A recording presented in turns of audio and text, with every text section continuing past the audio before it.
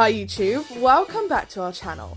If you're new here, I'm Holly and this is my fiancé Alex, and we are here to recap one of the craziest trips ever. We left London with a budget, a big dream, and somehow ended up hopping across to Asia. First stop, the Maldives. On a budget. Yeah, you heard right. And then all the chaos and culture of Bangkok, island hopping in Phuket, and finally the buzzing city of Kuala Lumpur. So let's get into it. Now, if you watched our last series where we crossed the US multiple times, you already know that we're collecting a Starbucks mug, a magnet, a pin, and a patch from every single stop. Will Asia come in for us though? We'll see. Oh, and we're ranking every place as we go, so stick around to see which destination takes that top spot. This trip was insane. It was chaotic, it was beautiful, and we can't wait for you to come along with us.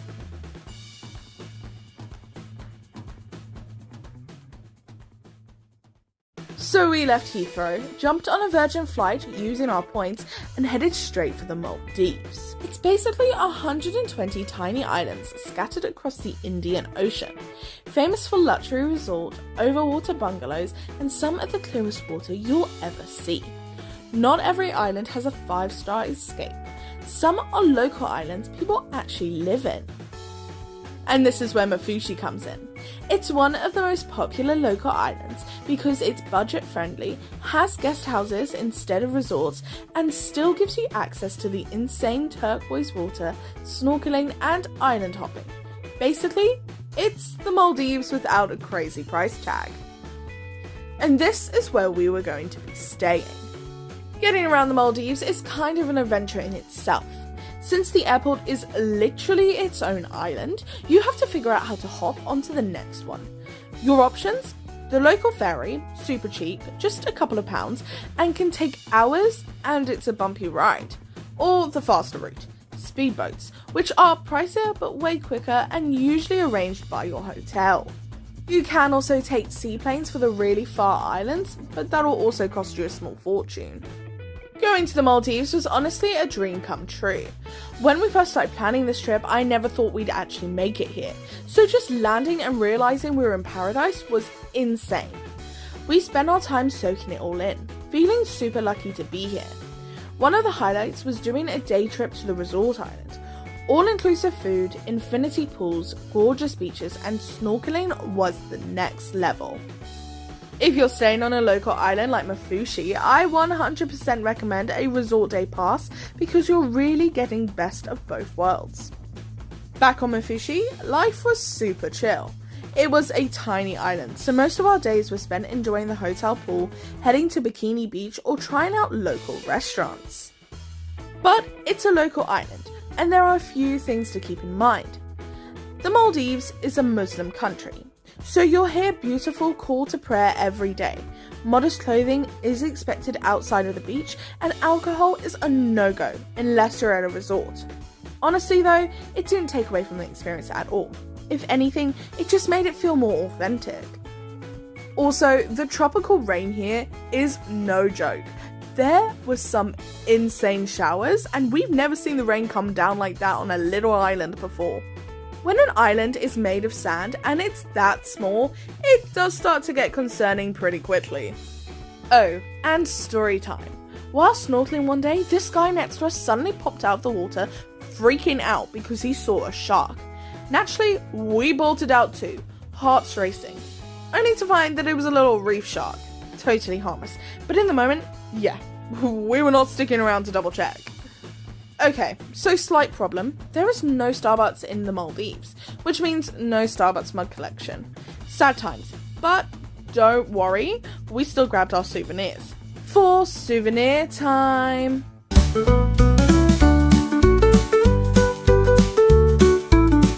When we were in the Maldives, we stayed at Triton Prestige. Honestly, such a solid choice for Mafushi. The rooms were super comfy, the pool was perfect for chilling between beach days, and the staff were really friendly.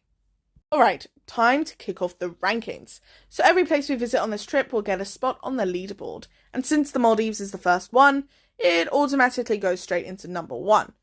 Not a bad place to start, right? We said goodbye to paradise, so we hopped on a very bumpy speedboat back to the airport. Definitely not one of the smoothest rides of my life, and caught our next flight to our next destination, Bangkok. Welcome to Bangkok, the capital city of Thailand, and honestly one of the wildest, most vibrant cities in the world. It's known for its golden temples, buzzing street markets, and some of the best food on the planet. Bangkok is the kind of place that hits you with culture, chaos, and charm all at once. And we are so ready to dive in. And of course, the first stop in Bangkok had to be the Starbucks mug.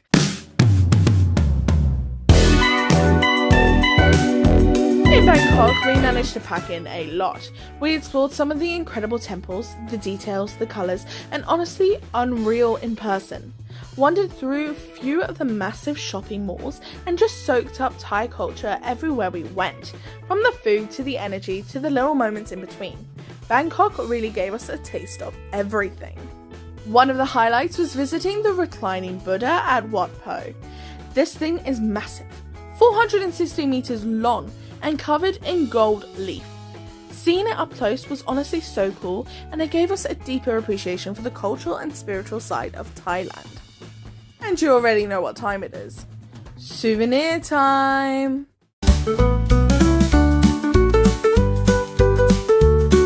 While we're in the city, we stayed at the Bangkok Hotel. Super central, really comfortable, and made exploring the city so much easier. Nothing too fancy, but it was exactly what we needed as our base for our Bangkok adventure. Next up, the rankings. We absolutely loved Bangkok. The food, the temples, the energy. It was such a fun vibe. But let's be real, it's hard to beat the Maldives. So Bangkok is sliding into second place on the leaderboard. After a quick flight, we made it to Phuket. I'd been here twice before when I was younger, so I was really excited to show Alex around this time. Phuket's basically Thailand's ultimate beach destination, famous for turquoise water, wild nightlife, and a jumping off place to some of the beautiful islands in the world. Safe to say, we were ready for it. In Phuket, one of the highlights was visiting the elephant sanctuary. It was amazing to see the elephants up close, but in a way that's ethical and protective for them. Thailand sadly had a history of elephant tourism that wasn't always kind, so it's really cool to see these sanctuaries stepping in to give the animals a safe home. Spending time was really special. We also headed to Patong, which is Phuket's main tourist hub. The streets were loud, chaotic, and full of life. From little shops to markets to neon signs to bars, there's literally something on every corner. Just walking around and soaking it all in was such an experience on its own. And we of course made sure to grab some 7-Eleven toasties, if you know you know. But honestly, our biggest highlight had to be the day trip to the Phi Phi Islands. If you've never heard of them, the Phi Phi Islands are a group of 6 islands about 45 minutes off the coast of Phuket by speedboat.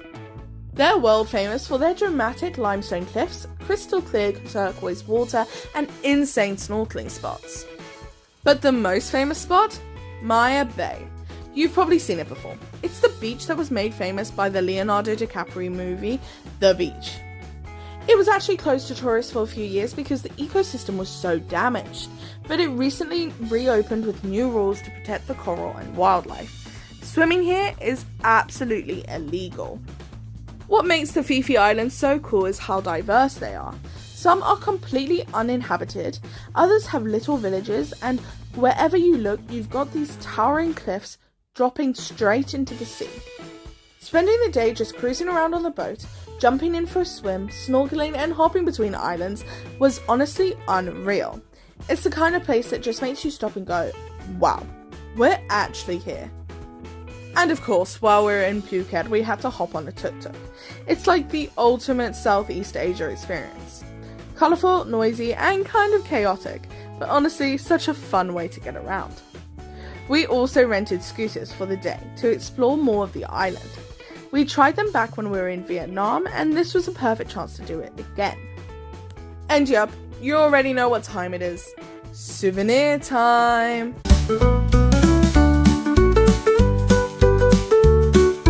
While we were in Phuket, we stayed at the Nyamaka Hotel near Kamala Beach. It was stunning and had some of the most beautiful views. Alright, time for the rankings. Phuket was absolutely stunning. From the beaches to the Phi Phi Islands, it honestly blew us away.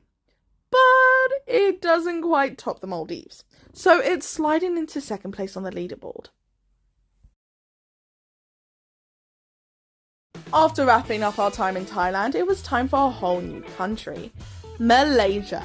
We were heading straight to the capital, Kuala Lumpur, ready to see what this city had in store for us. The capital city of Malaysia, and one of the fastest growing cities in Southeast Asia.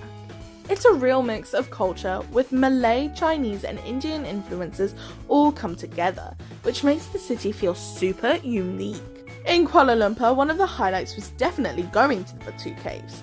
We climbed all the way up those 272 steps, and the views inside were absolutely stunning. Plus, there were monkeys everywhere, which made it even more entertaining. We also went up the Petronas Towers, which was a super cool experience. Walking across the sky bridge that connects the two towers and looking out to the city was incredible. It really gives you a sense of how massive KL is. The rest of our time went into exploring the KLCC area, eating, walking around and just soaking up a mix of cultures that makes Kuala Lumpur so unique. Now, souvenir time!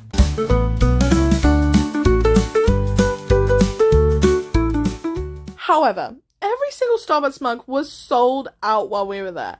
Total heartbreak. But we didn't go empty-handed. Instead, we managed to snag these little anniversary Starbucks bears, which honestly turned out to be a pretty cool alternative. While we were in Kuala Lumpur, we stayed at the Royce KLCC, and honestly, we were spoiled. The hotel had a rooftop pool which had this amazing view of the Petronas Towers. Swimming there at sunset with the towers lit up in front of us felt unreal. And for the rankings, Kuala Lumpur is going into third place. We love the city, the vibes, the food, and the mix of culture, but it just doesn't quite match up to those dreamy beach vibes that we had in the Maldives and Phuket. And that's a wrap on our Asian adventure. For now. From the dream beaches to the Maldives to the chaos of culture of Bangkok and island hopping in the Phuket, and then finally exploring the incredible city of Kuala Lumpur. It's been such an unforgettable trip. And the journey doesn't quite stop there. In the next video, we're heading from Kuala Lumpur all the way down to Australia and then on to New Zealand for another massive adventure before heading back into Asia. So if you want to see how that plays out, make sure you don't miss it. Hit a like if you enjoyed the video, drop a comment to let us know where your favourite stop was, and of course, subscribe so that you can follow along on the rest of the trip. And we'll see you in the next one.